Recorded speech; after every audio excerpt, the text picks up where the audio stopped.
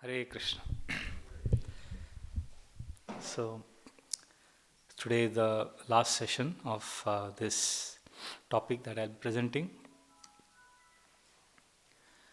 and we'll be discussing 5 principles that are very helpful for us to move to quadrant 3. What can we do now by which remembrance of Krishna uh, becomes a reality for us? So, before those 5 principles that we are going to take, I want to ask how many of you tried a method I shared yesterday called fresh gratitude. Anybody tried it? Fresh gratitude, okay. Thank you. You know what is fresh gratitude? We explained yesterday. Anybody remembers? Okay. Yes, Krishna Kirtan. Yeah. What is it that you're really grateful for in the last 24 hours? What has happened? Yes. So this keeps our gratitude this keeps us alert. You know, our antenna is always on to catch. Like every day morning I do that. So today morning when I was just writing down what are the 3 things I'm most grateful for in the last 24 hours. So the first thing that came up was, like yesterday's this session we had when Maharaj was speaking and devotees are sharing the pastimes of Kulangana Mataji, Shuchadharma Prabhu, Janakinath Prabhu, Parashuram Prabhu. So it was such a nourishing experience for me. So it spontaneously came on my sheet. It's not that I had to think. It just came. And the second thing that came was something it may appear very silly for you. You know that I was very sick yesterday, so I got khichdi and soup. So I was thanking the Lord and our Sham Prasad Prabhu, is it the cook? So thank you Krishna for khichdi and soup. And then the third thing I thanked was, I spoke to my mom. I speak to her every Saturday. So the video call.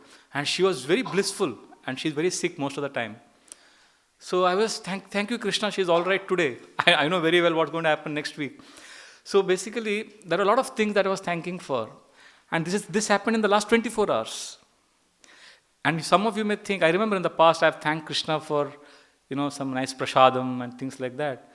But it may not appear to be a very pure devotional service thing. But somehow I have come to peace with this, that it's better to remember Krishna for something very ordinary than to forget Krishna in the pursuit of extraordinary. So many times, we have very overambitious, hyper bhakti goals that we forget to thank Krishna for the small things that are happening around us. And who was that? I don't know. Some famous philosopher said that the journey of 1,000 miles begins with the first step or something like that. So if we can't thank Krishna, if we can't see Krishna in our day-to-day life, in our small things, how will we connect with Krishna for something very lofty? So therefore, that is the focus today. So today as we enter into this topic of how to remember Krishna or what we could do, these are the 5 things I want you to see on the screen. You can put all of them together. Yeah, you can put all of them together, yes. So we are going to discuss how to move to quadrant 3. These are the 5 principles. I'll briefly speak about them. And then, actually I want to speak on all the 5, but why I want to speak this is because these are the 5 things I do. I practice to maintain my sanity and stability. Right? We all do whatever is needful to keep ourselves stable. So these are the 5 things I do. So I'm going to share with you what exactly I do when I'm doing these 5. But of these 5, my favorite is the 4th one. Appreciation. The 3 levels of appreciation. And we are going to do this first because I'm not sure whether in the time that we have, I'll be able to do justice to this. But because this is something which I do every day, with other things I may not be able to practice so much, but this is very dear to my heart. So I'll share that first. And then if we have time, we'll go to the other 4 principles also. So, yes. So one of the most powerful ways to attract Krishna in our heart and to experience Krishna, in fact, you can experience Krishna right now when we practice this most amazing principle. And yesterday we got a very nice experience when Maharaj made us remember all the devotees.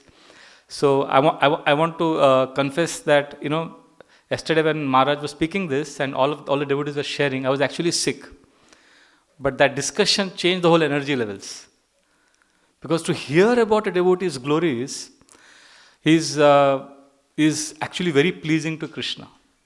And it actually, the super soul in the heart gets excited. So we are going to do that again now, but we are going to do it a little differently.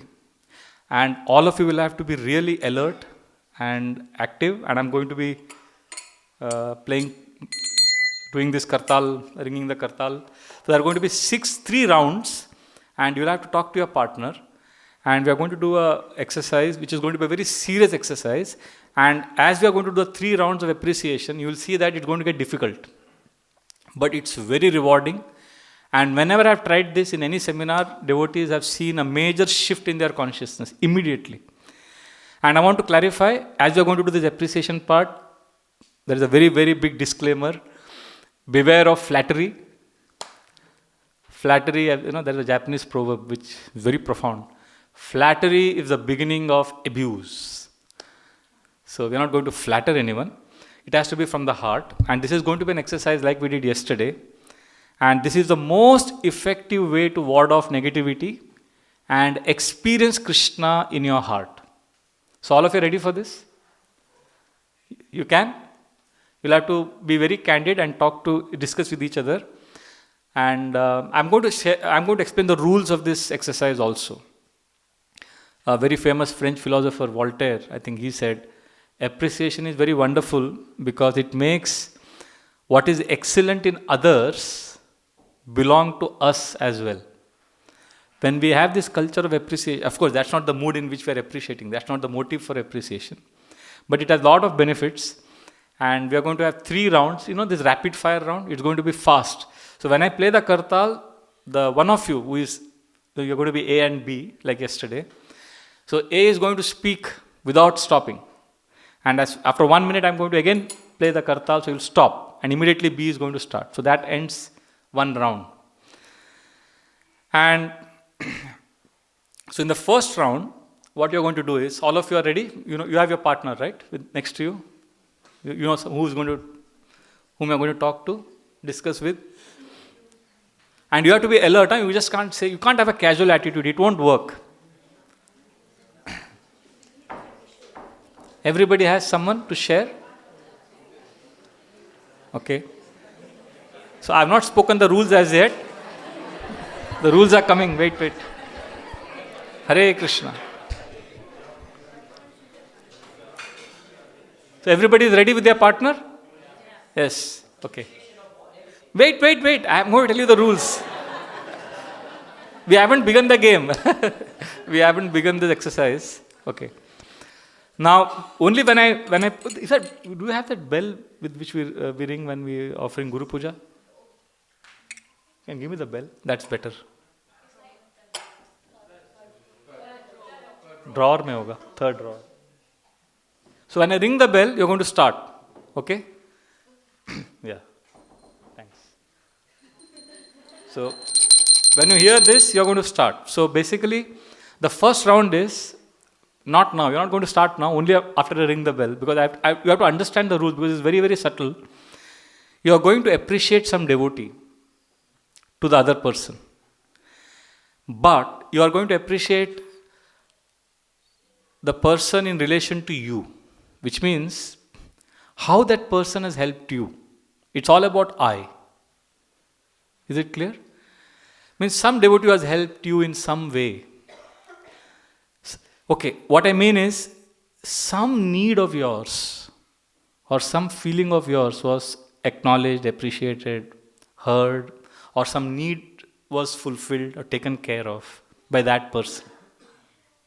So it's very important to understand that this appreciation of another devotee is regarding what that person has done to you, in what way it has impacted you. So And most important, you're not going to appreciate your Guru Maharaj, Srila Prabhupada, Krishna, or devotees who have left this world. We'll have time for them also later, but it's very easy to appreciate Guru. Because Guru Maharaj has done everything for me. But it's very difficult to appreciate devotees who are living in flesh and blood. We wait for them to die many times. It's very unfortunate. When devotees are alive, we find it very difficult to remember their glories. And that's what internet is all about, the slandering that happens. The most irresponsible behavior you will see on the internet, such criticism of devotees. It's shocking. This is not our parampara. This is not the Chaitanya Charitamrita mood at all. So, very important. We are going to connect to the parampara, Guru Maharaj, Prabhupada later. But first, right now, we are going to thank a devotee in relation to ourselves. Is that clear? Okay, so just to give an example, how when I did this exercise, if I'm doing this exercise with you, what I would do, I would tell you about one of my friends called Jigar Raval, Lalit Madhav Prabhu. When my mother was very sick, he came with me to my hometown. He helped me get her a new house. He cleaned up the whole, he took care of me and my mother, and he helped me a lot. So I would speak that for 1 minute. You get it, what I'm saying? So when I'm appreciating Jigar Raval, I'm going to be speaking about what he has done for me, because of which I'm very grateful or I'm appreciative. Is this clear? So the first round is appreciation of a person in relation to I. So we start now. Hare Krishna.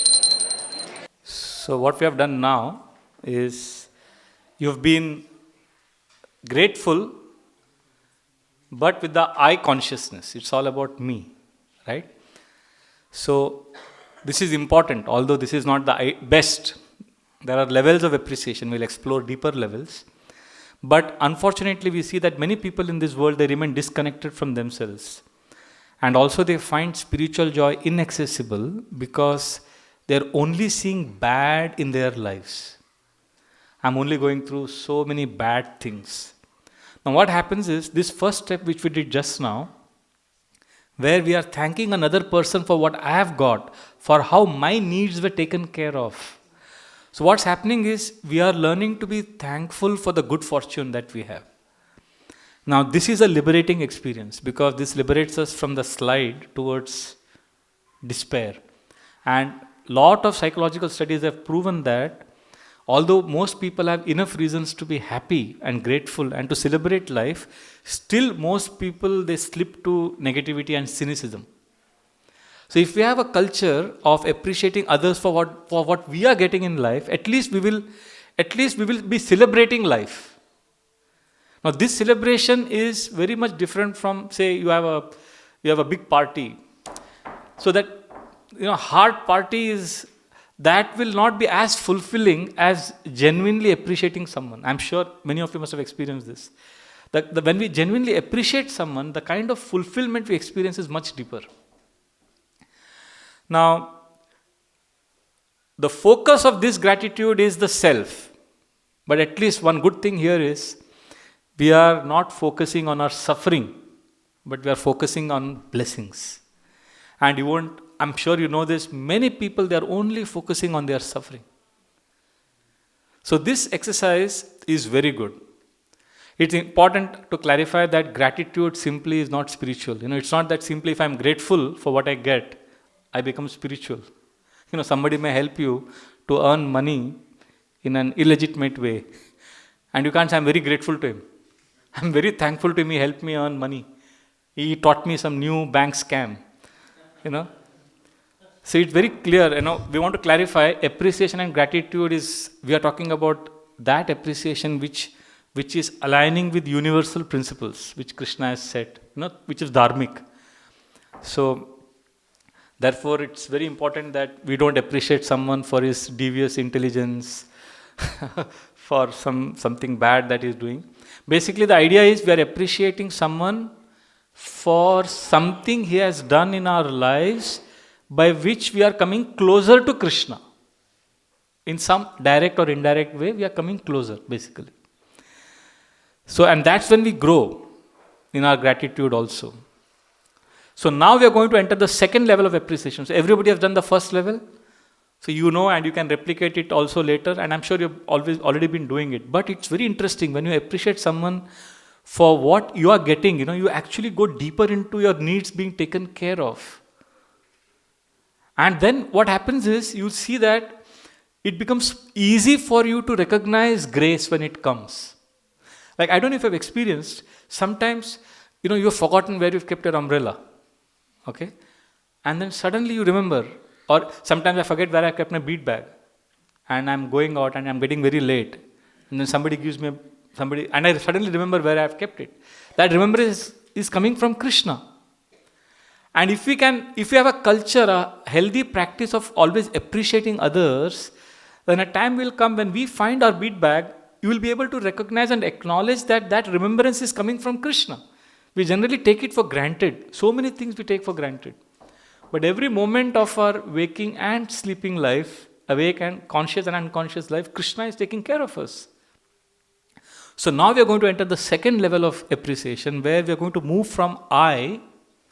Now this is going to get very interesting. We are going to now move from I to the other person. Which means, now you have expressed gratitude for what you got in life. Now you are going to thank that person not for what he has done for you, but for who that person is, independent of you. Is this clear? Imagine you didn't exist on this planet.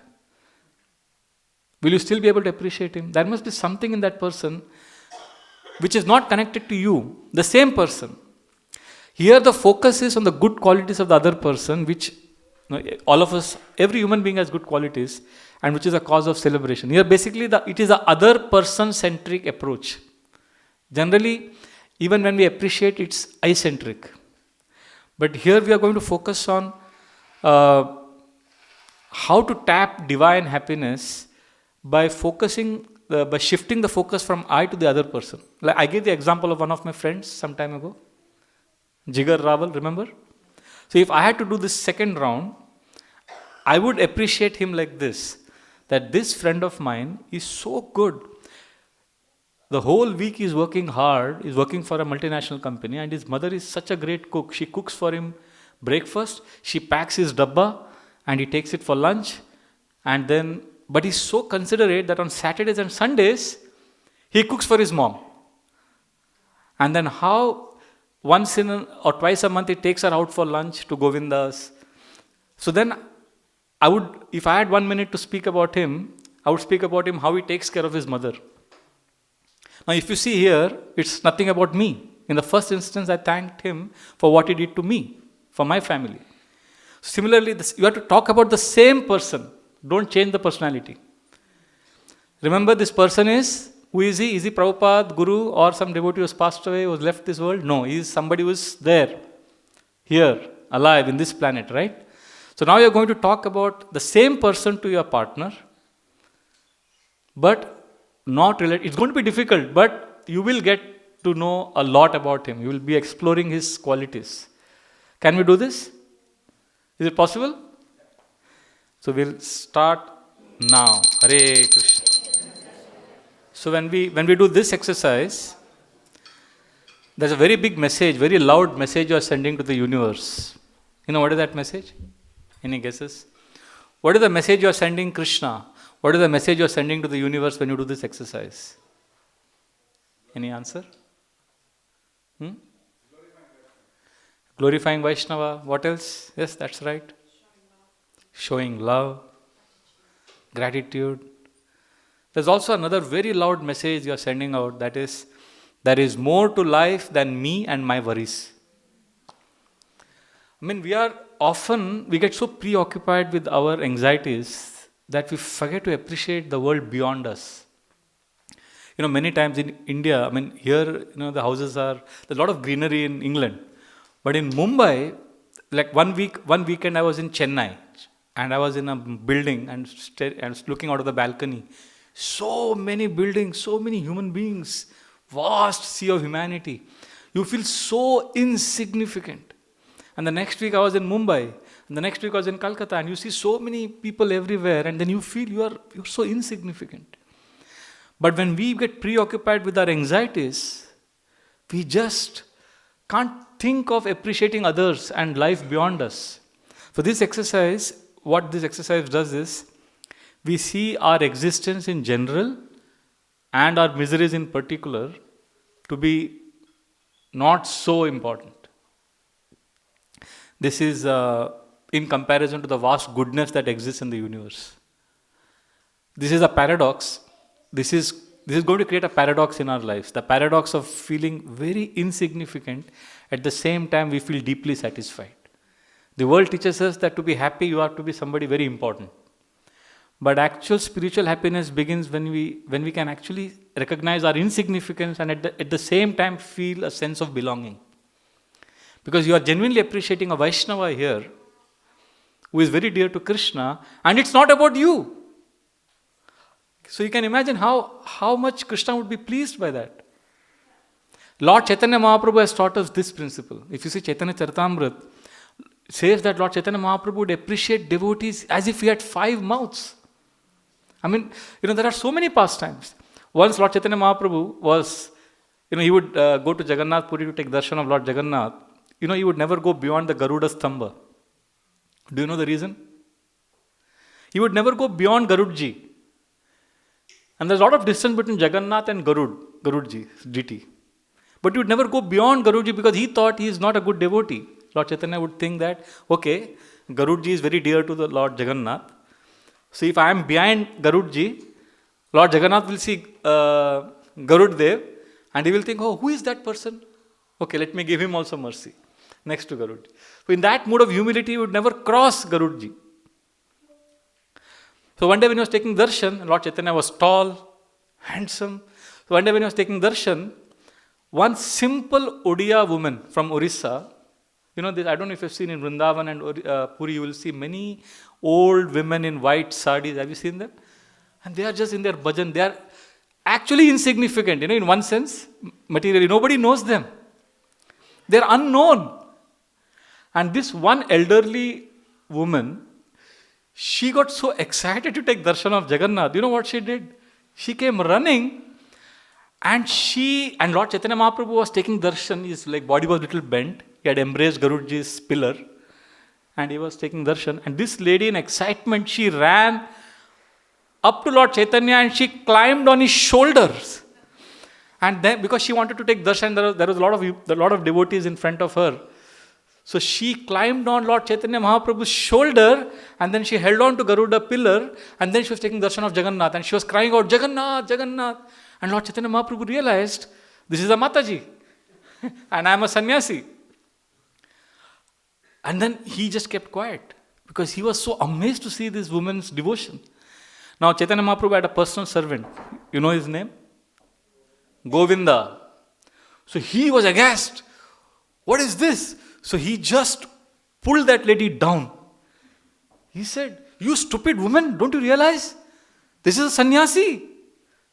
How can you do this? How can you climb on his shoulder? So immediately she knew the culture, she knew the etiquette. But because she had got overwhelmed with her enthusiasm for seeing Jagannath, she had forgotten momentarily. But when Govinda admonished her, she came back to her senses. And she apologized. And she quietly left. Now the best part of the pastime is now. Now Lord Chaitanya Mahaprabhu, he's now seen this. And what Govinda did was right or wrong? What do you think he had done? Was it correct? Obviously it's right. It's the right thing to do. I mean, you are a sannyasi. You can't allow women to climb on your shoulders, right? That's not acceptable behavior. So what Govinda did was right. But Lord Chaitanya Mahaprabhu now looked at Govinda and started scolding him. You uncultured Adivasi. This is what Mahaprabhu tells Govinda. That what did you do? Don't you realize she was absorbed in Jagannath? Didn't you see her absorption? So Mahaprabhu says, Jagannatha Vishtahiyar Tanu Mana Prane. Her tan, man, pran was filled with Jagannath. Didn't you see that? So when she climbed on my shoulder, you know what had happened? Mahaprabhu is giving a purport to the incident. He says, Jagannatha Vishtahiyar Tanu Mana Prane Mora Skanda Pada Diyache Tato Nahi Jane. She didn't know that she was climbing on my shoulder because she was filled with Jagannath. So Mahaprabhu, look at his appreciation. He's not saying it in terms of, some inconvenience caused to me. He is thinking of her devotion. And then he says, she is actually the more fortunate one. Aho bhagyavati vandi arpai. She is the most fortunate woman, and all of us should offer our respectful obeisances to her. And then he says, the next line, Aho bhagyavati vandi arpai. Tahara prasada oiche arti amarvaha. If we get her blessings, then we will be able to hanker for Jagannath just the way she is hankering for Jagannath. Now this is interesting because before this lady came and she stood on Mahaprabhu's shoulders, Lord Chaitanya, Kaviraj Goswami is describing what Chaitanya Mahaprabhu was going through. He was going through some incredible ecstasies which no human being has ever experienced. He's like, Ekadin Mahaprabhu, Koryache Shayan, Krishna Rasa Leela Kore, Dekila Sopan. He's taking rest. And the whole night he's getting dreams of Ras Leela. How many of us get such dreams? And he got up late. Generally he gets up at a particular time, at 3 or 4 or whatever. He didn't get up. He was late for Mangalarati. We also may be late for Mangalarati, but for different reason. We oversleep. Mahaprabhu also overslept, and that is because he was absorbed in remembering Krishna's pastimes. So when Govinda woke him up, and it says, Mahaprabhu is saying, I only saw Tribanga Sundara Deha Murali Vadan Krishna Rasa Leela Kore Dekila Swapan. I only saw Krishna performing Rasa Leela. And here, in such heightened absorption and ecstasy, look at his sensitivity and appreciation of a woman who is unknown to the world, and he is able to see her as more advanced than himself. This is Chaitanya Mahaprabhu's culture. This is the Gaudiya culture. This is just one pastime. If you see, we are ISKCON devotees, we call ourselves as Rupanugas, right?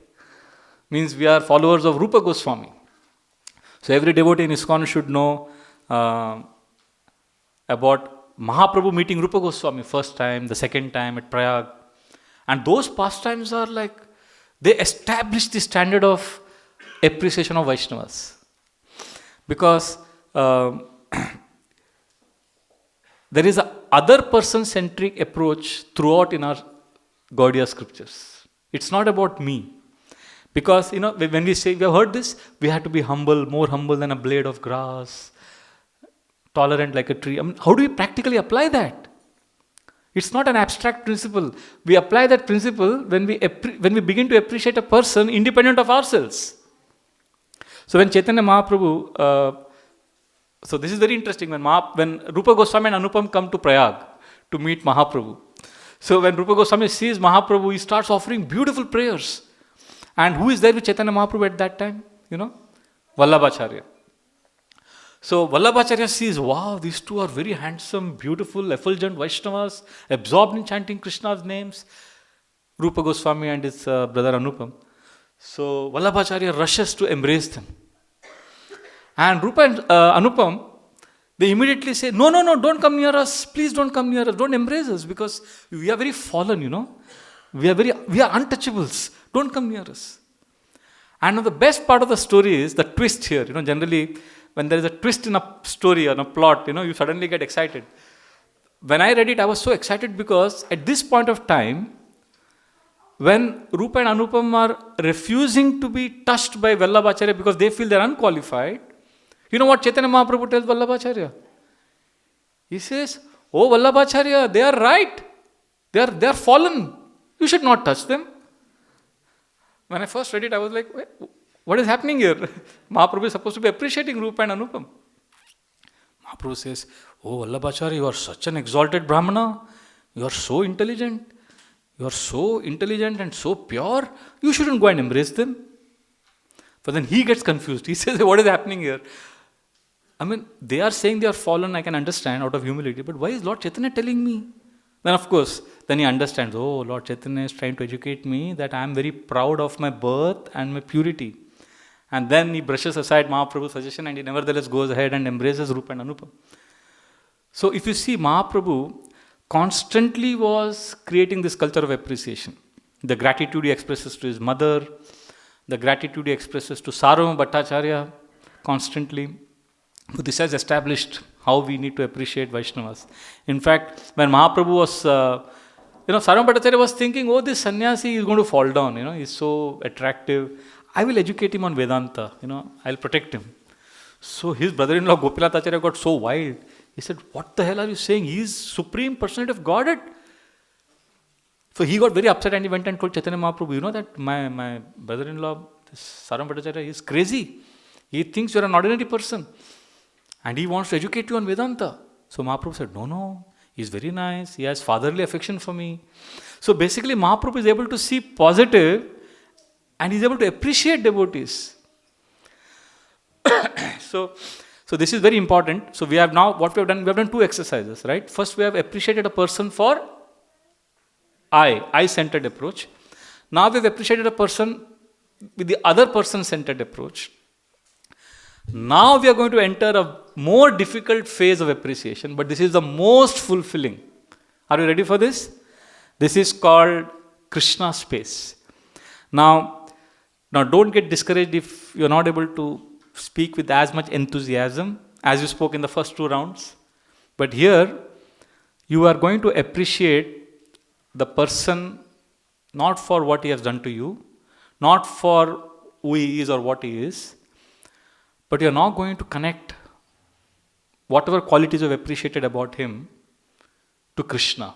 You will see that same quality either in Krishna or Lord Chaitanya or in your spiritual master or in Srila Prabhupada or some exalted Vaishnava whom we have seen or heard about in our parampara. The Bhagavad Gita 15.15 Krishna says, I am seated in everyone's heart. 18.20 Krishna says that actual spirituality is the ability to see the undivided eternal self in all beings. Even scientists accept that all human beings on this planet are atomically and chemically connected to each other. And we as devotees know that connection is with Krishna. Right? So now we are going to see, at this level, we are going to acknowledge and appreciate Krishna in the heart of others who spread goodness around. Now, if I had to do this exercise, remember I gave an example of a friend of mine. Now, what did I say about him in the first 2 rounds? About how he helped me, my mother, and how he's taking care of his family, his mother is taking her out for lunch. But in this round, what I would do? What I would have to do. So this will give you a hint on how you could do this exercise. So I would say, Lalit Madhav Prabhu he loves his mother so much. He is taking care of his mother so much. This is our parampara. Chaitanya Mahaprabhu is called as Matra Bhakta Shiromani. Chaitanya Mahaprabhu is called as the best of the devotees of one's mother. And then the second example I can think of is Srila Prabhupada dedicates his Krishna book to whom? To his father, Gaur Mohan De. So, serving our parents, appreciating our parents is what is done in our parampara also. So, you see what I have done here? I first appreciated him for what he did to me, then I appreciated him independent of me, and now I am seeing his quality is actually a manifestation of what actually the Lord or the Lord's pure devotees have manifested. So, this is going to create a culture where I am going to, when you are appreciating a person, you can actually see him in connection with Krishna. Is this clear? Is it possible to do this exercise? It may take some time, but this is going to be the best part, most fulfilling. Imagine whenever you appreciate anyone, you are able to see Krishna there. Okay, now if you can't see Krishna, can't see anybody in the parampara, no problem. You can think of some great person. It could be Abraham Lincoln, Mahatma Gandhi, who exhibited the same quality. Basically, the idea is going beyond our world, entering a universal space, entering the bigger space. So, can we do this now? Is it possible? Hare Krishna. I mean, yeah, you can. Okay. So he was appreciating Raj Prabhu. The example he gave in the previous one, that Raj is he's very personal with everyone, And he also does a lot of, he does personal service kind of to everyone. He'll go out of his way he's really taking on service, but he does it in a personal way. And then he says that aspect of Raj being personal, he sees that within Krishna as well. Like Krishna is so personal, he'll look after his devotees and give his devotees opportunities to do anything and everything. And then he also said the quality of Raj taking on like so much like responsibility and service, kind of like Mahavishnu as well. He was he was in charge of so much, creating the whole universe and taking on that responsibility. So it was nice just seeing him link those qualities he saw in Vaishnav and linking it to different personalities. Thank you, Haribol. Thank you. Anybody here would like to share? Yes, Mataji. Remember, you have to share what your partner said. Huh? Hare Krishna. Tanya was sharing about her friend Komal, a devotee. I believe she's here somewhere. Share, hello. So she was saying that Komal tries to share Krishna with everyone very diligently. So be it her mom, her brother, if she brings them to the temple, she'll make effort to introduce them to devotees, take them around and, do things with them. Whereas, other people might just go to the temple to space out or enjoy with their friends. And it doesn't matter who she does it with at work as well. If she's on a call with somebody in another country, she might just say, have you read the Bhagavad Gita? Go to the local ISKCON temple. And she's brave. And then she related it to Lord Chaitanya, who then preached to everyone, gave the instruction to preach to everyone, but actually preached to everyone. And it was that comparison. Chaitanya Mahaprabhu did exactly that. When he went on South India, anybody he saw, he was giving them Krishna. So now you are seeing another human being, a Vaishnava, and you're seeing the Lord there. You're seeing the Lord's presence in a devotee. Thank you, Mataji. Anybody else would like to share one or two more? Yes, Mataji. So even though Komal's being appreciated, she's appreciating others. She's appreciating one of her friends, Anadina, and how she does such menial service, especially if someone else can't do it, if they're feeling sick or something like that. And we related that to how Lord Chaitanya would do the most menial tasks for his devotees. He would do their laundry, Yes. he would make sure that that the devotees are looking after each other as well, because different devotees are good at different things. Like maybe one is not so good at managing their finances or whatever. So Lord Chaitanya would see that everyone is, looked after and things like that. So I think, that's how we connected it, yeah. Haribol, thank you. Chaitanya Mahaprabhu, he was in that ecstasy in the Jagannath Puri. He would be absorbed in remembrance of Krishna, and he would be crying and banging his head on the wall of the Gambhira, and he would be rubbing his face, he would be bleeding. That means that's the kind of ecstasy he's having. But when he comes out of the room, he's seeing that Govinda, his servant, is sleeping and it's a little cold. So Mahaprabhu takes out his shawl and he puts it on him so that he doesn't feel cold. He's so sensitive. Generally, when we think, we think if I'm in ecstasy, I should be pardoned for all, aggressive behavior. But Mahaprabhu is so sensitive, although he's in the highest ecstasy. So that's nice, he's doing menial seva. So connecting that to your friend helps you appreciate that friend also, and also helps you become Krishna conscious. That's how appreciation helps us enter the quadrant 3. That's how we start remembering Krishna. Oh, please, okay. Anyone amongst the Prabhujis? Anyone? Yes. Okay, sure. Kishan. Yeah, maybe you can say loud.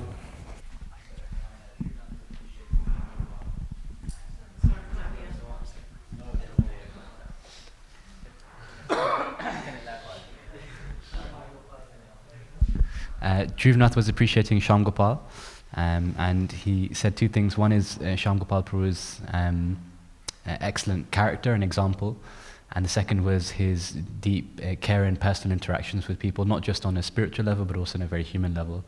And he was relating that back to the Goswamis in Vrindavan, who would be caring for the society at large, not just asking about their spiritual welfare, but the people had daughters who wanted to get married and they were arranging for that kind of stuff. Yeah. Yes. So he was linking that. But So next time you see Shyam Gopal, you can remember Sanatan Goswami.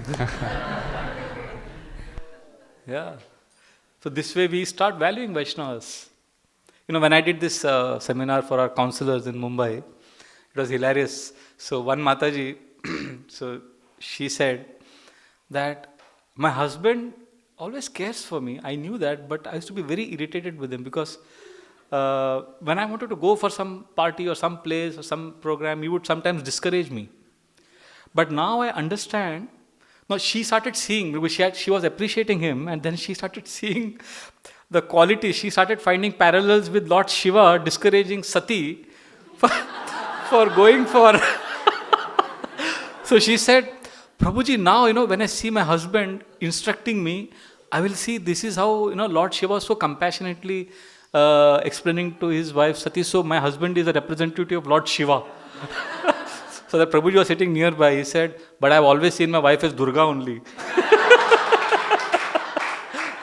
So it became hilarious. Actually, this is real, I experienced this once in the Brahmachari ashram. This Shringar Darshan, Govindam, Adi Purusham. So I was standing behind and taking darshan. But there's another Brahmachari who does the cooking. He's a doctor, highly qualified, very educated. But for 7 or 8 years, he had been cooking breakfast every day for all the Brahmacharis. So he was standing next to me. And I really loved his cooking. I love his cooking. So I just held his hand and I said, Prabhu, what breakfast you make? And I started appreciating. And he was patiently hearing me. And then I told him how I like the idlis you make and, that particular sabzi you make and, all those details of how I appreciate him.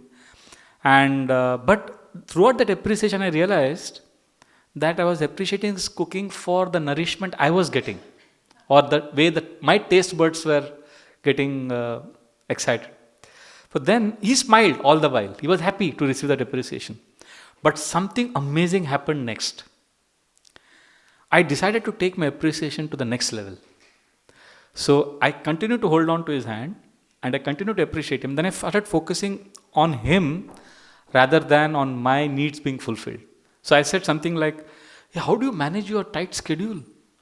You have so many things to do and you have developed some special skills. You are a Maharashtrian, but how did you learn this South Indian cuisine? Where did you go to learn this? So basically I started appreciating his humility, his willingness to learn. And when I entered this space, that's when he got emotional. And he started just crying, I had never seen him shed tears. Generally, men put up a tough exterior, so I thought he's a tough guy. But he started crying. And then he said, Prabhu, my seva, cooking seva is like a goalkeeper's job or a wicket keeper, You save so many goals, nobody appreciates, but you miss one goal and then you are scolded. So he said, when I do such nice cooking, nobody appreciates. One small fault and everybody remembers that. So then I realized what it meant to him. I never realized it meant so much for him. But then, as I was appreciating him, I realized that I had now actually entered a spiritual space. So now I decided that, actually what happened that particular day, I must confess, that is the day I saw that I didn't have any anxieties that day. Because I had actually genuinely appreciated a Vaishnava. Not for my needs being fulfilled. It was other person centric. And also, I started asking myself then, amazing, where is this skill coming from? What is causing goodness to spread on a planet when there are so many people who are creating problems? There are people like him. This is the cause of celebration. Who is feeding so many jivas? Prabhupada says, Krishna is feeding everyone. Even an ant in your room or an elephant in African jungles is being fed. So this devotee is feeding everyone. Where is this desire to feed? Where is this love coming from? It's coming from Krishna. So I was actually entering a larger space. So I could see that my consciousness was moving from I to him to Krishna in almost, in a matter of few minutes. I was actually Krishna conscious. I had entered that space of gratitude for Krishna. If you see Srila Prabhupada, if you hear his classes, in many classes you will hear Srila Prabhupada say this phrase, Krishna is so nice. And when you hear that, you can see that he is coming, it's like, Niranjan Maharaj says, when we chant Hare Krishna, it's just, Hare Krishna. But when a pure devotee says Hare Krishna or about Krishna, he is actually importing the holy name from the spiritual world. So Prabhupada says, Krishna is so nice. When I hear that, I just pause. I rewind and I play it again. So Prabhupada has taught us this, to appreciate and see Krishna in every aspect of our lives.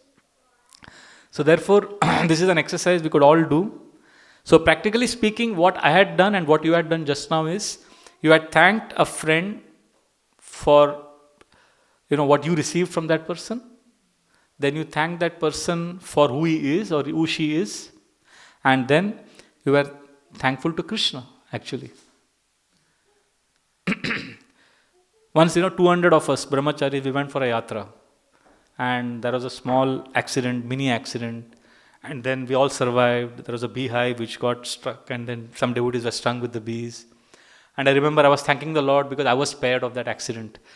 So it was all about, that gratitude was all centered on myself.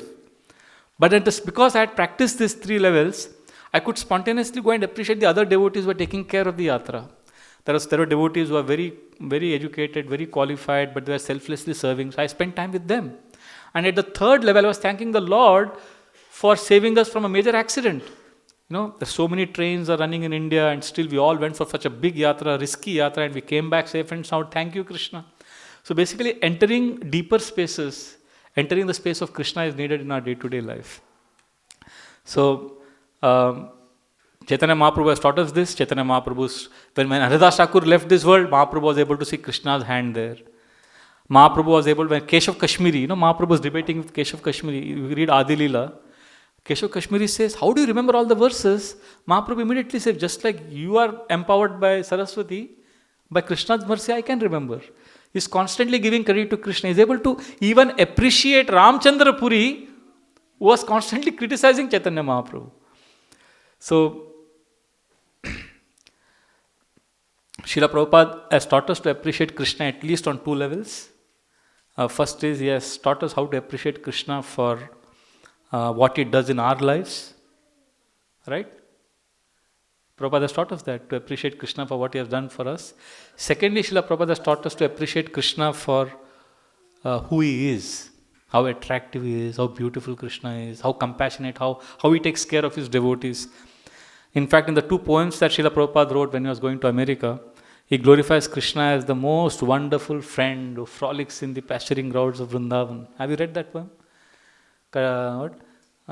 Tomara milane bhai abhara se sukha paye, kochara guri dina bhora, katta banne chutta chutti banne khaye lutta putti, sei din kabe habe mora. This is one of the stanzas in that bhajan. Krishna taba. Prabhupada is writing his intimate desire. You know what he's saying in this stanza? That when will the day come, Krishna, when I will run with you in the forest of Vrindavan, and I'll be grabbing the lunch box from your hand, and those kind of intimate. He's writing it, and he didn't share it with the world. It was kept in his box. In fact, the devotees discovered it a few years later when they were cleaning his room. So Srila Prabhupada, his appreciation for Krishna was at a very deep level, and he wanted us to also have that connection with Krishna. And that begins, Jiva Goswami writes, in 11th canto purport, that you can't just, Kanishta says, I and Krishna only. Kanishta is not able to appreciate devotees. Madhyam Adhikari is able to see Krishna in devotees. So before if you want to preach, you are compassionate, you have to see the Paramatma in the heart of the living entity whom you are preaching to. But you cannot see the Lord in the heart of a person you are preaching to if you cannot see the Lord in the heart of the devotees you are living with. So we have been blessed with this amazing Sangha. We are connected and to each other, we are connected to devotees.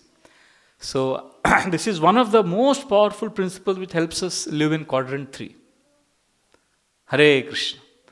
So out of the 5, I have taken 1, and now there are. I'll briefly run through this other 4. Is that okay, Raj Prabhu? I'll take 5 minutes to just go through the other 4. So each of these points can be we can discuss in detail, but I'll briefly mention the other 4. The first one is release and receive. Now this is also this is a little deeper point. This is regarding the baggage of karma that we carry. Many of us, and it's important that we release. When we chant Hare Krishna, Cheto Darpana Marjanam, the cleansing of the heart happens. So there are many good things we could do to release all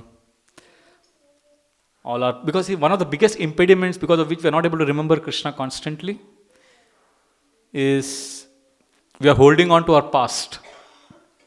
We are holding on to the certain behavioral patterns, certain habits. We're just holding on to them. We're unable to release them. So we need to do what it takes to release our bad habits and receive. Receive means basically listen, being open-minded. What you're doing now in the last 3 days, you're actually surrendered. You're just listening. You're allowing yourself to be influenced. So when we when we are willing to do that, then there's a good chance that our heart gets cleansed. In fact, some of us may need professional help. That's also okay. Now, this is very debatable. Many devotees think that just chanting should be sufficient. You should not worry about anything else. That's true. But Prabhupada also said, do the needful. Sometimes devotees go through a lot of difficulty. So time is precious. Life is precious. Time is scarce. So do what it takes to remember Krishna. Do what it takes. So if some of you need help, because as we get older, life gets complicated. So, Satyananda Maharaj once made a graph on the y-axis. He said it's love of Krishna. X-axis is time. So he said many of us, when we are new, I'll just draw it. Oh, this is there. It'll take 1 minute. It's very interesting. Just show this.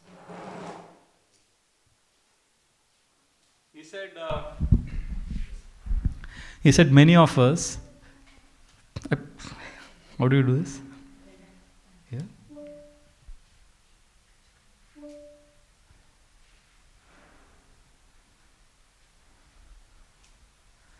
So this represents time. Okay, we came to Krishna consciousness at a particular time, and this is love of Krishna.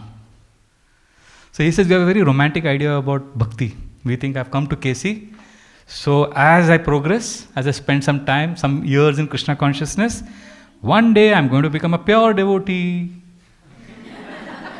By the time I'm dying. So we think it's a very nice graph. I'll go back home, back to Godhead. Then Maharaj said, after some years we realized, the graph is not like this. The graph is something like this. So he said, we realized that, it's not that I'm going to smoothly go to Krishna. I'm going to go, and there's going to be some downhill, some struggle. And then he said, actually, after decades you realize that our bhakti graph is also not like this. You know what he said? How it is? Very interesting. He said the actual graph is like this.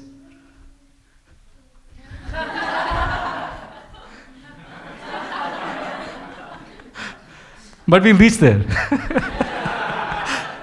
So he said it's messy. He said it's not as simple and smooth as it is, as we think it is. So therefore we all have Hare Krishna. So we all go through a lot of pain, suffering, and disappointments. Oops, sorry.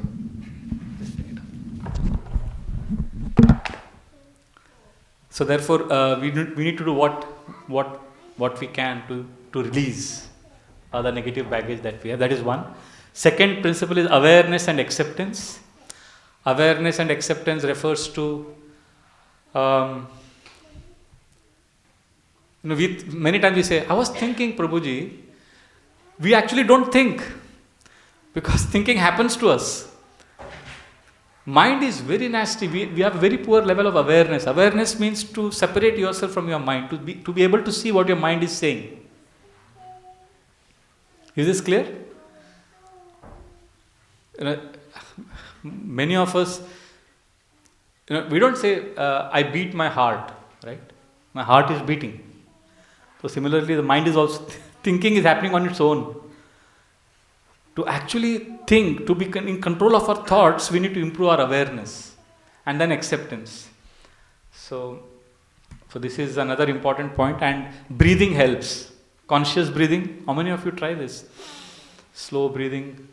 Inhale to the count of 4, exhale to the count of 4. This practice, this is actually mentioned by our acharyas. I was reading Hari Bhakti Vilas 5th chapter. Sanatana Goswami says this, that devotees can't chant Hare Krishna in Kali Yuga because their minds are so restless and they are so disturbed. For they need to do pranayam. So I was like, wow, even our Vaishnava acharyas are recognizing the importance of. So take a step back in life. Just like you drink water. What happens when you drink water? You feel nourished also, and you know it's a need. Similarly, breathing constantly, consciously, regularly helps us improve our awareness and increase our sattva lifestyle. So this is important. Awareness is easy. Awareness is a gift that Krishna gives us when we are very attentive in our chanting. But acceptance is very difficult.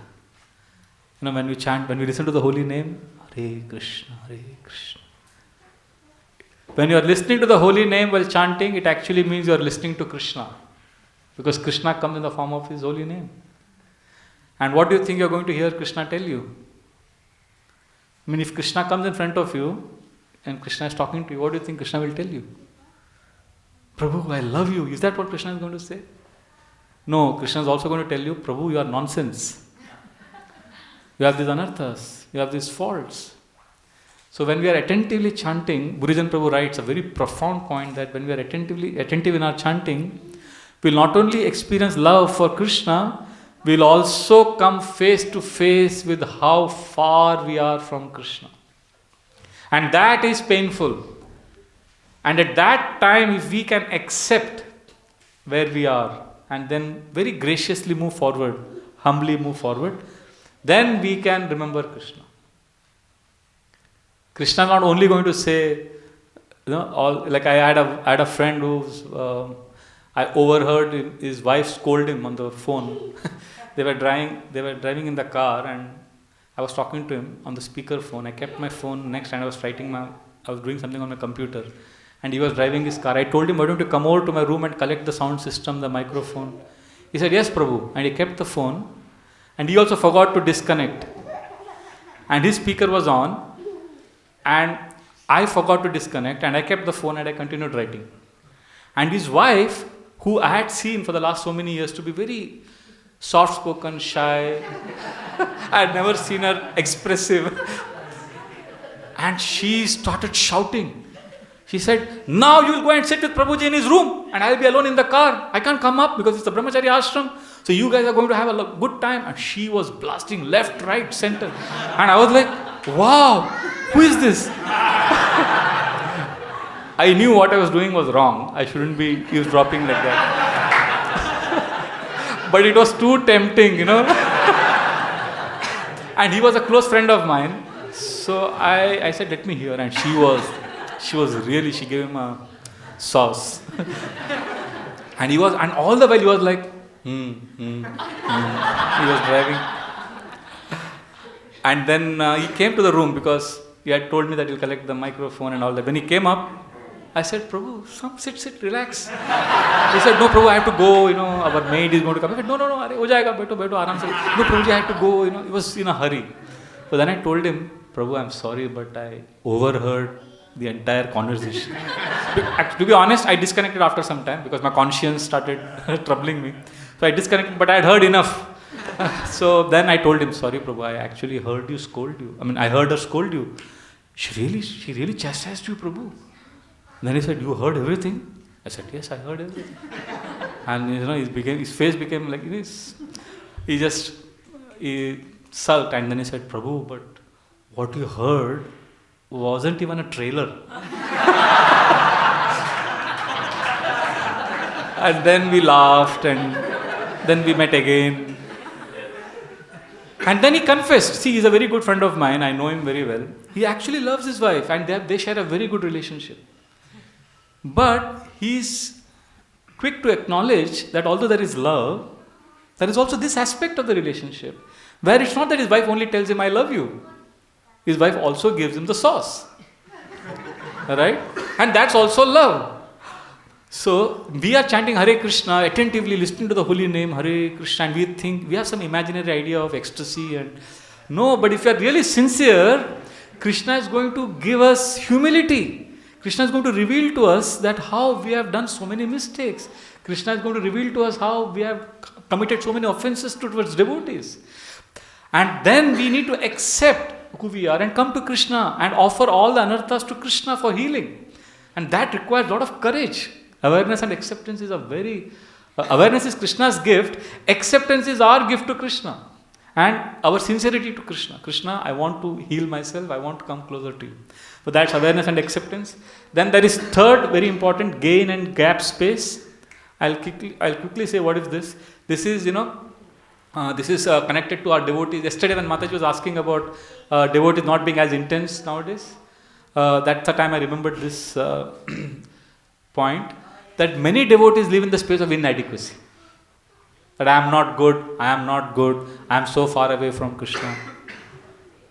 So that's healthy, but we also need to spend some time every day in the gain space, which means how I have come closer to Krishna today.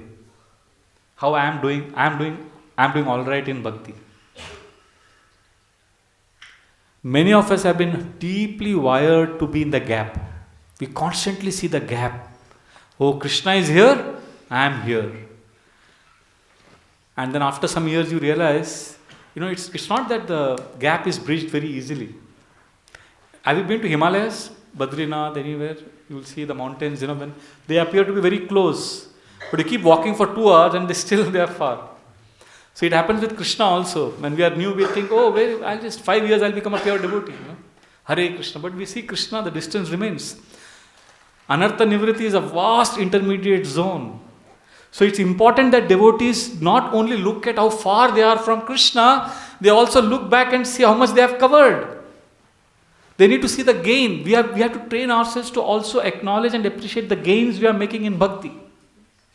One devotee brought, when I told this in the class, one devotee shared a realization. He said, Prabhu, I took pizza from Govinda's to my family to give a surprise. And as soon as I presented the pizza, my son immediately said, Papa, but this is not my favorite one.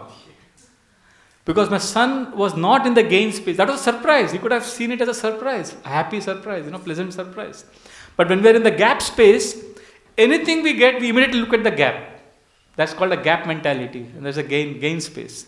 Like a simple example. Yesterday, in the night when I went back to my room, I was exhausted because I had slept in the afternoon. I was a little sick. So subconsciously somewhere I thought it was a bad day. Because I had not chanted well. I had chanted very inattentively. So I thought it was a bad day. Imagine if I had gone to sleep thinking that, I would have felt, a widening gap between me and my spiritual practices and Krishna. But because I have this ritual of ending my day by ticking some boxes, so I sat down and said, okay, let me see all the 15 things. What did I do today? And then I was amazed. I had done 11 things out of those 15. But the mind, because it is so nasty, the mind had almost convinced me that I was fallen, I was bad, and I didn't do anything good. But when I ticked all the boxes, I slept with so much gratitude and contentment that I had a great day. So it's healthy to end the day with gains. This is what I've done for Krishna. And feel happy about it. And morning you can see the gaps and work towards bridging the gaps. But don't end your day also with the gaps. Otherwise, even if you attain what you wanted, because of your conditioning to always see the gaps, you will still be dissatisfied. As Maharaj said, I think day before yesterday, enjoy the journey. The journey also has to be, you have to be happy in Krishna consciousness. So this is gain and gap. And the last one is servitude and surrender. This is the essence of how we could experience Krishna in our lives. Just like Srila Prabhupada gave this classic example. A fish out of water. You can feed the fish Coca-Cola, pizza, anything. The fish will be happy only when it goes back to the water. Similarly, our natural position is to serve and surrender to Krishna. And surrender is a very sweet word. Unfortunately, nowadays surrender has achieved a bad connotation. That's unfortunate. But when we surrender to Krishna, when we allow ourselves to be molded by Krishna, then we can actually experience Krishna's presence in our lives. So I want to sincerely thank. We could have discussed each of these points in detail, but essentially these are the 5 principles I wanted to share with you on how we could happily live and enter the 3rd quadrant and experience remembrance of Krishna as a day-to-day practice. My sincere gratitude to all of you. Thank you very much. Hare Krishna.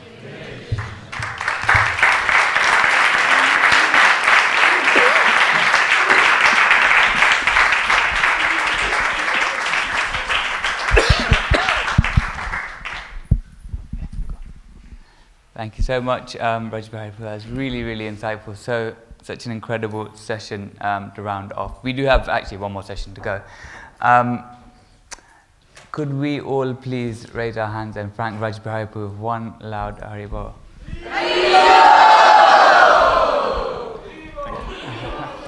Thank you. So, there'll be more in a moment, don't worry. I know you're excited to express your gratitude. But in 1985, Anthony Ray Hinton was working. He worked in an office, and the office was locked. He was working late in the night. Around the same time, 2 restaurant fast food managers were murdered. Now, unfortunately, Anthony Ray Hinton was accused of a murder, and the police officers who arrested him, they said, "We're arresting you simply because you're black." He was put on death row, and he was there for 28 years. But in those 28 years, what he did was incredible. He became incredibly good friends with the counsellor, with all of the inmates, with the guards and everyone. And they all actually petitioned for him to be released. When he was finally released, he did loads of interviews, and he was asked, what was it that kept you going? Because you were wrongly incarcerated, you were put in jail for 28 years. It's quite a traumatic experience, particularly for something you didn't actually commit. And what he actually says was, every single day before I went to bed, I told myself that I'm going to wake up tomorrow grateful just to wake up and be here for another day. So what we want to do now is we want to share our gratitude, or express our gratitude for some of the people who've helped put this retreat together. So obviously this wouldn't have been possible without an incredible team, an incredible group of people who've worked so hard over the past few months and are constantly working hard to ensure that you all have a really wonderful time here on this retreat. Now, I'm going to start off by sharing a little bit about the team who run the retreat center here. So they work incredibly hard. They've been working so hard over the last many months to get it ready. And in particular, there's someone who's come all the way from Ireland to come and live here, be a part of a retreat center, and ensure it's running regularly and making sure, number one, that we can have as many Krishna conscious retreats as possible. You may have seen her around, she's not here right now, unfortunately, but Karuneshwari Mataji, she's come from Ireland, she's living here on site. And it's really incredible. I know there was a retreat done here a month ago, which wasn't a devotee retreat. And they saw her when Tilak, they saw her speaking about Krishna. And they actually asked her, is it possible to do some kirtan here? So she did nightly kirtans in her room, even though it wasn't a Krishna conscious retreat at all. So she's doing such an incredible job just by being here and preaching to all of the people and trying to bring them closer to Krishna. So even though she's not here, maybe we can thank her with a huge round of applause. And if you see her later on, please do thank her as well for everything.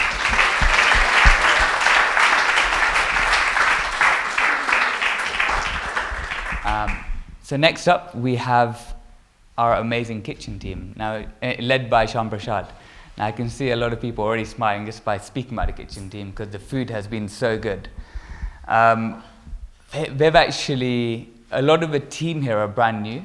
So Shyam Prasad, he works crazy hours. So if you see him, I think some of us were up to like 2, 3 o'clock last night talking about different things. And he was up, he was just resting his leg. Then he went back into the kitchen. At around 2:30, I could hear the oven going off. So he's literally working throughout the night to make sure we're well fed, make sure we're looked after.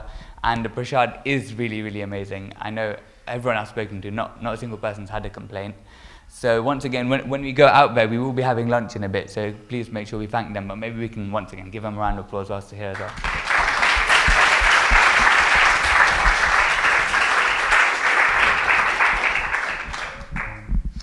So I know, obviously, there's so many people. I won't be able to thank everyone, particularly because we are short on time. But I just want to briefly mention that I know there's a lot of people who've come together, who've volunteered, who've offered to help out on the retreat itself. So there have been some people who have been making garlands, doing the arti, serving the guests, serving each other, cleaning up, setting up. And I may not be able to name every single person. I will be naming some particular people in a bit, but if we can also just express our gratitude to all of you who have helped out in different ways. Maybe it's because I've told stories about how if no one helps out, nothing's going to happen. But whatever you've done to help out, in whatever way, shape, or form, we really want to do. We do want to express our gratitude and make sure you are appreciated in some way. So if we can give them all a round of applause as well.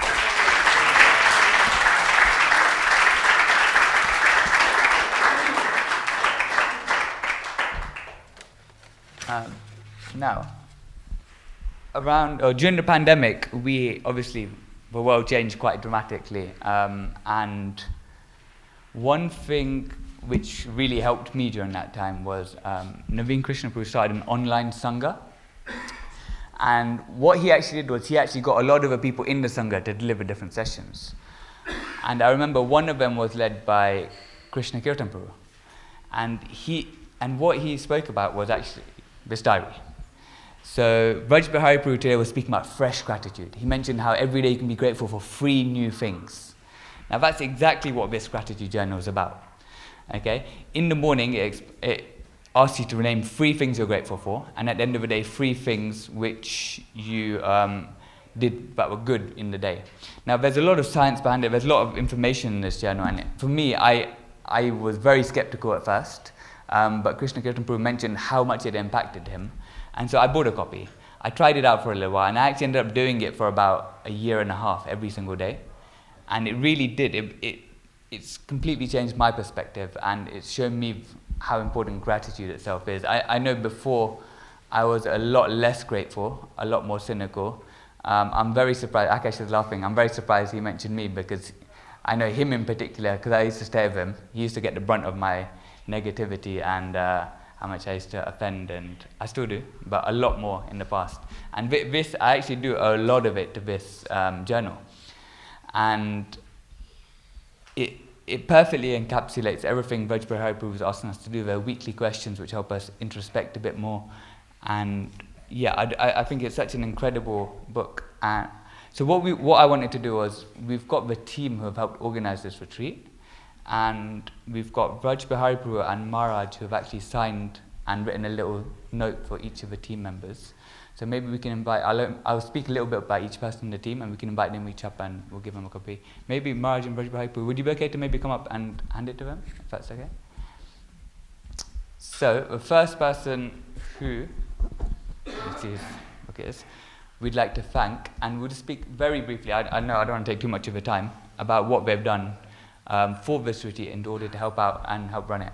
So the first person we want to thank is Amisha. Now Amisha, you all know, because she's the one sending you all the messages, keeping you in touch, but she's actually behind the scenes as well. Before this retreat, she was the one contacting everyone, replying to all the emails. You may not have realized it, because I don't know if she signed up with her name necessarily, but she was replying to all the emails. Any query anyone had, Amisha was dealing with. And I know some people have had a lot of queries, a lot of requests. So she was so tolerant, so she was incredible. She didn't complain, not even once. And she's done an incredible job with that. So can we please thank Amisha?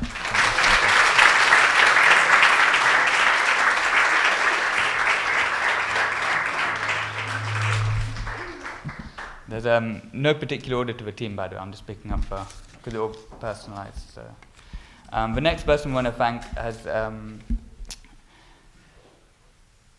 he has been serving each of our special guests with so much love. He actually he was asking me for the last 2 months. He was like, "Is there anything I can do? I've finished uni now. Is there anything I can do to help? I'm completely free." And every single day I'll give him a huge task list, and he'll get done within like a couple hours. I'll be at work still working, and by that time he would message me saying, "I'm done. What can I do next?" And then I know when Raj Bihari Prabhu arrived on Thursday, he'd set up all the prasad, he's organized his whole schedule whilst he's here, and he's taken on so much more than just this retreat, just to serve our special guests. So can we give a huge round of applause to Ramraj?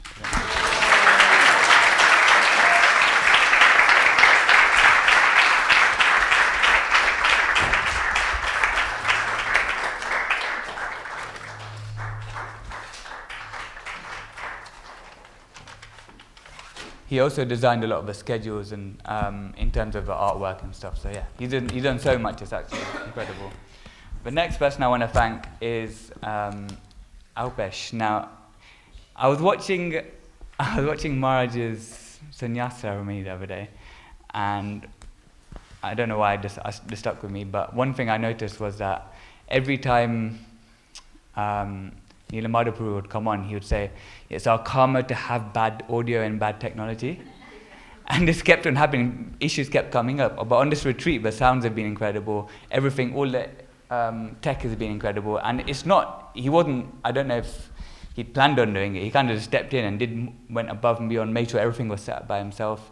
He again set up the website, which everyone signed up on, the form, everything, and he spent ages on that. So he's done such an incredible job just to make sure we have a smooth and incredible experience. So can we thank Ramraj? Alpesh for my friend.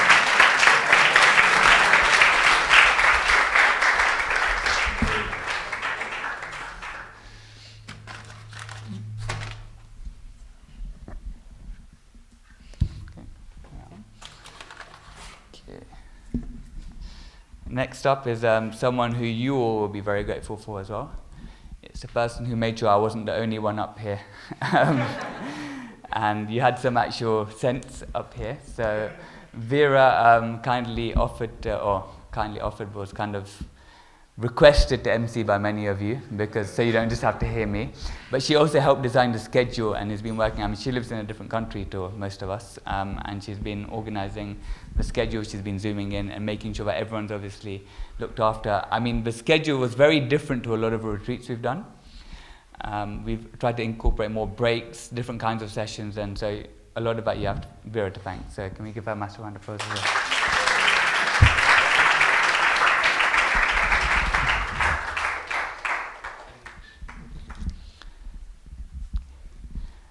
The next one, I'll do it as a pair, just because Henna's not here.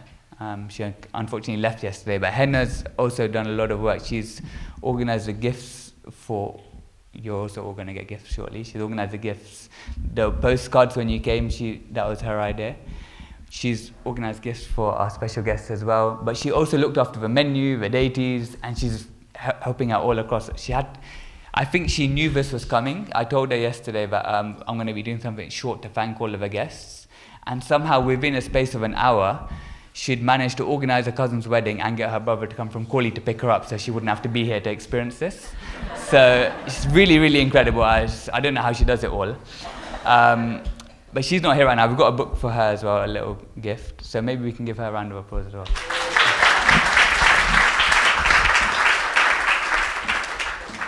And then we've got the final person on the team is Yashoda Sutapuru, who this whole retreat was his idea. So the reason why we're actually all here is him.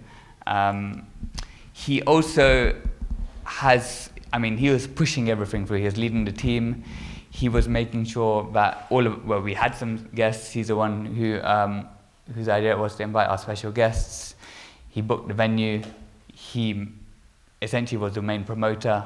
He was doing so much for the retreat, and not just that, even the evening programs, he completely organised them himself. He's actually organised one final program, special program for us after this session. So there's still more to look forward to, thanks to Yashoda. And he's organised some follow-up sessions and events which we'll also be speaking about after. So can we please invite up Yashoda Sutapuru?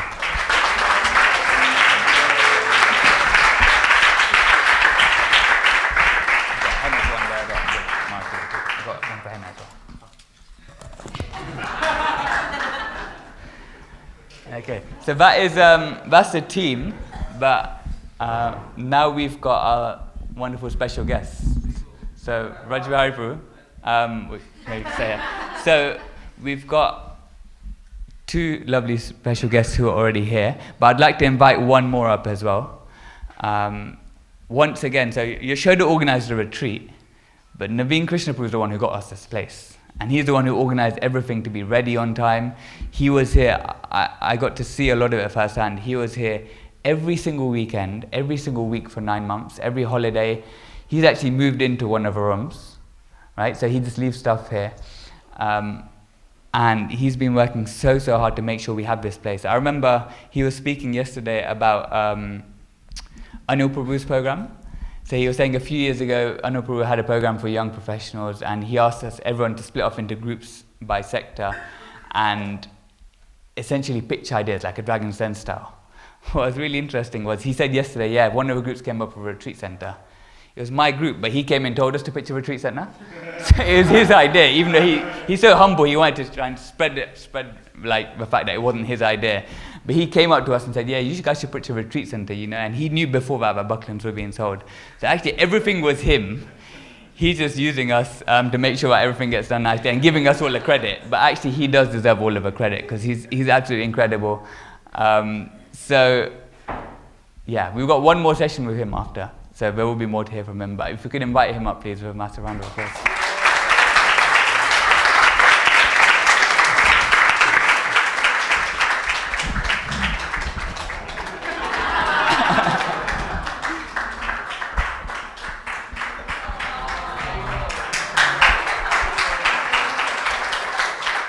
Okay. And last but not least, we have our amazing two special guests who have joined us, who've taken time out. They're both so busy, and obviously Marj has just taken sannyas. This is his first retreat in the UK that he's come to. We've got Vraj Bihari Prabhu, he's come all the way from Mumbai to be with us. And not only that, he'd already agreed to come on the Pandavasena retreat, so he's come here for this retreat. He's then flying back to India and coming back in a few weeks for a Pandavasena retreat. So both of them have taken out so much to be here with us. I know they've been traveling, they both arrived in the UK, even Maharaj arrived in the UK on Thursday night. Vraj Bihari Prabhu arrived on Tuesday, I believe it was. Oh no, sorry, Wednesday, was it Tuesday? Tuesday. And he arrived so late because there were so many delays and stuff, and he's not been, like he mentioned, he's not been feeling well, yet unless he told us, we wouldn't have known, just because they've both given us so much energy, so much love, they've been so present in the sessions, and it's been so incredible. So we've got some gifts for you, just to express our gratitude. Like I mentioned, for the team and Naveen Krishna Prabhu, we asked both of you to write messages. I got each of you to write messages to each other as well, in a little gratitude journal as well. But we've also got some other gifts for you as well, which we'd organised much in advance. So maybe we'll do it together, where, I don't know, maybe you want to hand it to each other.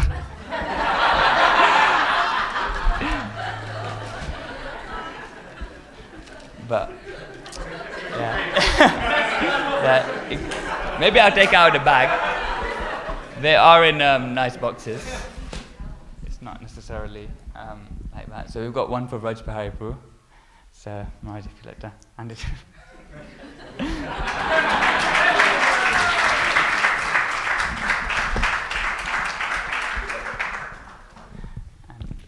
And Vraj Bihari, we've got one for Maharaj as well.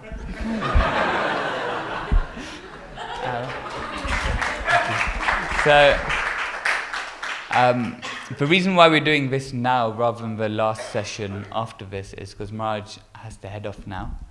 So we will say a proper thank you once again to Vraj Bihari Prabhu after, but maybe we can all, one last time, 3 times this time, hands in there as loud as you can, express our gratitude to His Holiness Swayam Bhagwan Keshav Maharaj.